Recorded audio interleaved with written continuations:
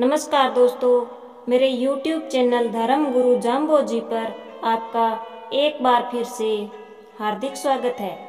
आज आप सुनिए भारत के एक जांबाज सिपाही बाबा हरभजन सिंह की कहानी। अधिकतर लोग आत्मा के अस्तित्व पर विश्वास नहीं करते, परंतु ये एक ऐसे भारतीय सैनिक की आत्मा की एक सच्ची कहानी है जो मरने के बाद भी देश की सरहदों की रखवाली कर रहा है। इस सैनिक की आत्मा के अस्तित्व को भारतीय सेना ने भी स्वीकार किया है। ये सैनिक सन 1968 में भारत चीन बॉर्डर पर ड्यूटी करते समय शहीद हो गया था। इस सैनिक के दिल में देशभक्ति का भाव इस हद तक कूट कूट कर भरा हुआ था कि मरने के बाद भी उन्होंने देश की सेवा करना नहीं छोड़ा। आज भी इस सैनिक की आत्मा भारत चीन बॉर्डर पर सरहद की पहरेदारी करती है। भारतीय सेना ने भी इस सैनिक की आत्मा के अस्तित्व को स्वीकार किया और इस आत्मा को एक अन्य सैनिक का दर्जा देते हुए वे सभी सम्मान और सुविधाएं प्रदान की जो एक सैनिक का अधिकार होता है। ये कहानी है जांबाज सिपाही हरभजन सिंह की, जिन्हें आज बाबा हरभजन सिंह के नाम से जाना जाता है। हरभजन सिंह का जन्म एक सिख परिवार में 30 अगस्त सन 1946 में सरदाना नाम के गांव में हुआ था।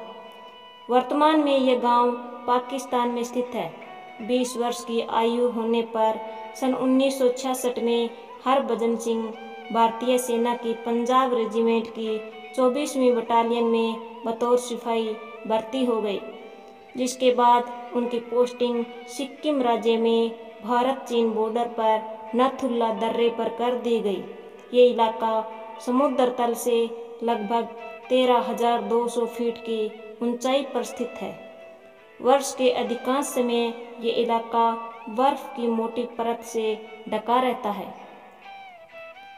4 अक्टूबर 1968 के दिन हरभजन सिंह घोड़ों के एक काफिले पर सामान लादकर डोंगचुइला से अपनी पोस्ट की तरफ लौट रहे थे। भयानक ठंड का मौसम था, चारों तरफ बर्फबारी भी होने लगी। अचानक पहाड़ी रास्तों पर उनका संतुलन बिगड़ जाता है और वे घोड़े सहित बर्फीली नदी में गिर जाते हैं। पहाड़ी से नीचे नदी में गिरने के कारण उनकी मृत्यु हो जाती है। नदी के तेज बहाव में उनका शरीर बहकर घटनास्थल से 2 किलोमीटर दूर पहुंच जाता है। जब हरभजन सिंह समय से अपनी पोस्ट पर नहीं पहुंचे, तब सेना ने उनकी खोज शुरू कर दी। बहुत ढूंढने पर भी जब हरभजन सिंह नहीं मिले, तब सेना को लगा कि हरभजन सिंह अपनी ड्यूटी से बचने के लिए भाग गए हैं। इसके बाद सेना ने हरभजन सिंह को भगोड़ा घोषित कर दिया।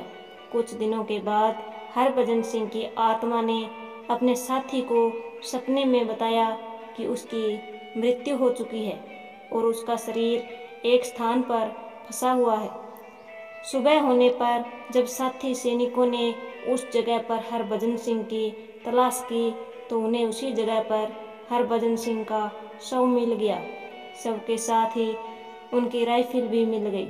सेना ने गलती से हरभजन सिंह को भगोड़ा मान लिया था, इसलिए उनका शव मिल जाने के बाद सेना ने अपनी गलती सुधारी और पूरे सैनिक सम्मान के साथ हरभजन सिंह का अंतिम संस्कार किया। मृत्यु के समय हरभजन सिंह की आयु मात्र 22 वर्ष की थी। कुछ समय बाद हरभजन सिंह की आत्मा फिर से अपने साथी सैनिक के सपने में आई और कहा, मेरा शरीर गया है, लेकिन मेरी आत्मा सीमा पर ड्यूटी करती रहेगी।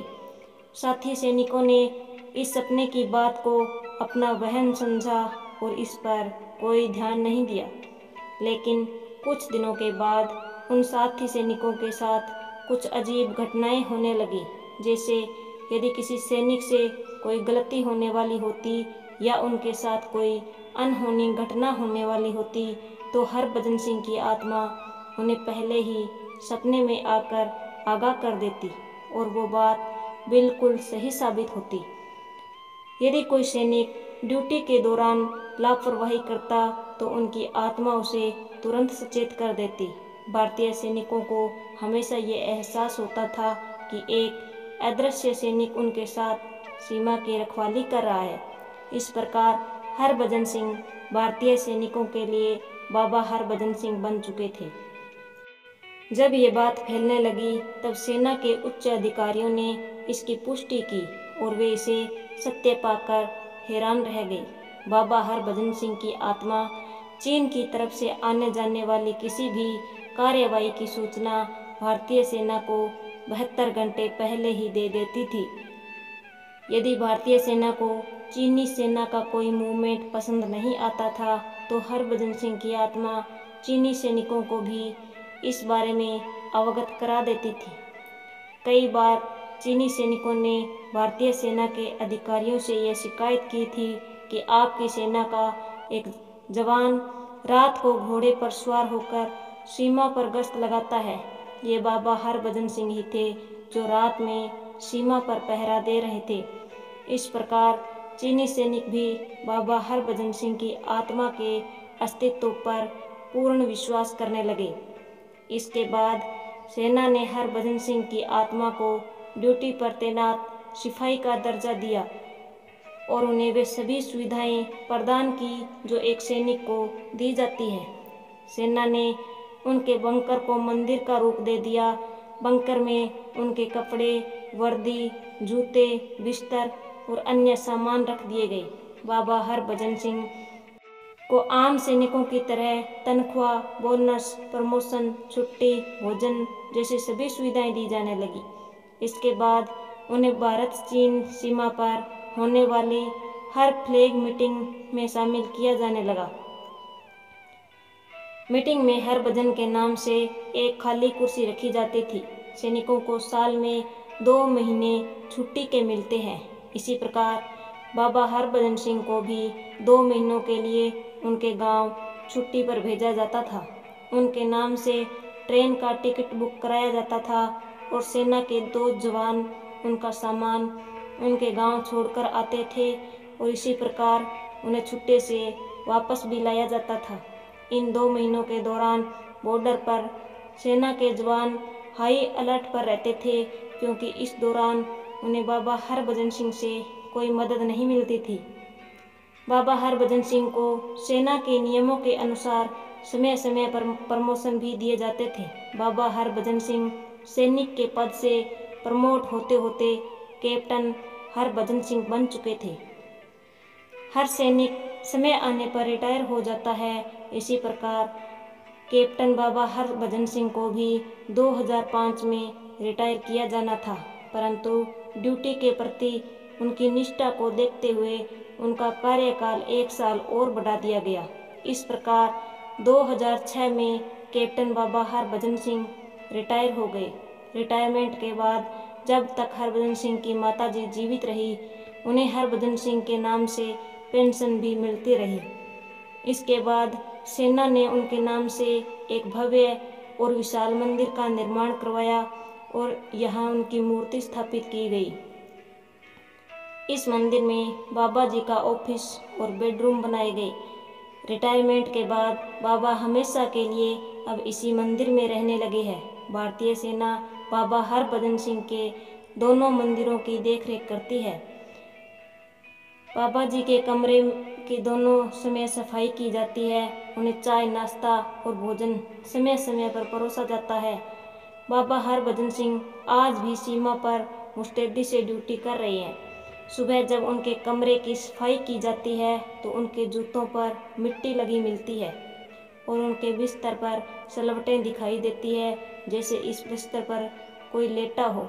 उस इलाके में जब भी कोई नया सैनिक ड्यूटी ज्वाइन करने आता है तो सबसे पहले बाबा जी के मंदिर में माथा टेकता है और उनसे प्रार्थना करता है कि बाबा जी सीमा पर उनकी रक्षा करें।